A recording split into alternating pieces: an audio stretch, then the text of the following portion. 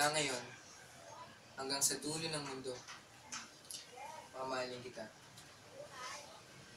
Forevermore. Ay, babe! Ay, kanina ba ako dito? Tara, punta na tayo doon.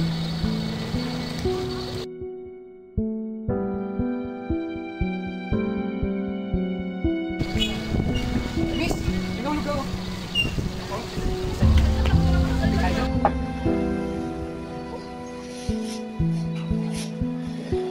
Sino to?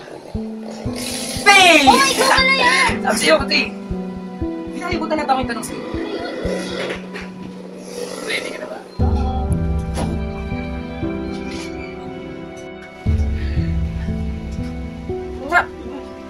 Ay! Babe! May bagong sapatos dun sa may SM. Gusto ko sanang bumili. Wala akong katsing. Oo, Jing. Di problema pero nakalan. Di ba masakit pa rin yan? Hindi lang. Okay.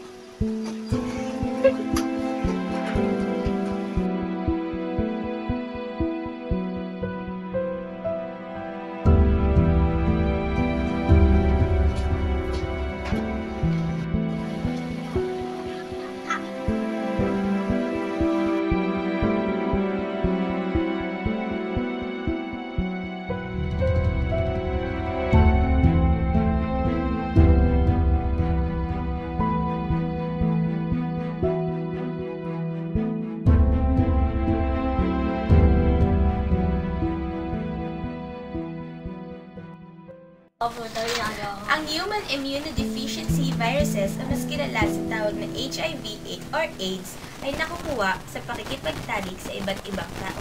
Napapasa ang AIDS or HIV sa pakikipagtalik or sa blood transfusion. Maaari ding mapasa sa bata ito kung ikaw ay nagpapabreast milk.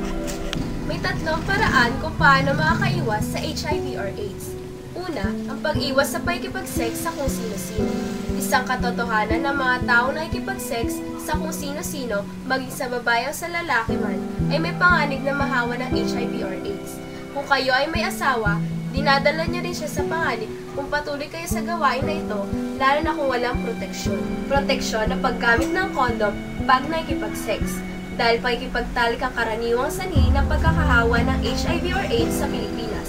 Ang paggamit ng kondom habang nakikipag-sex ay napakahalaga para makaiwas. At ang panghuli ay ang pag-iwas sa droga o bawal na gamot na itinuturo.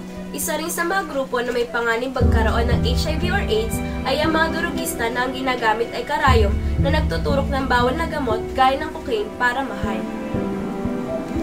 Ang pag-inom ng antibiotic ay walang epekto at hindi nakakapigil sa pagkakaroon ng HIV or AIDS.